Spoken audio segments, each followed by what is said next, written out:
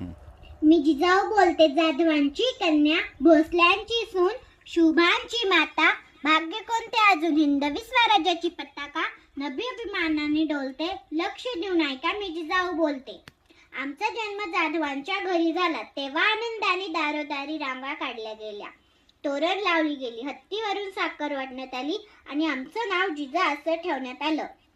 आईच्या इच्छे खात्यात आम्ही 6 भाषा शिकलो. शुभा राजे हे आमचं सर्वात धाकटे रत्न.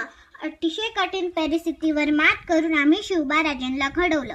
अंगणातील तुळस, गोठ्यातील गाय, घरातील माय यांच्याकडे जर कोणी वाकड्या नजरेने पाहत असेल तर त्याची गाय करू नका. ही शिकवण आम्ही शुभा राजांना दिली. आम्ही पाहिलेलं स्वराज्याचे स्वप्न त्यांनी पूर्ण केलं.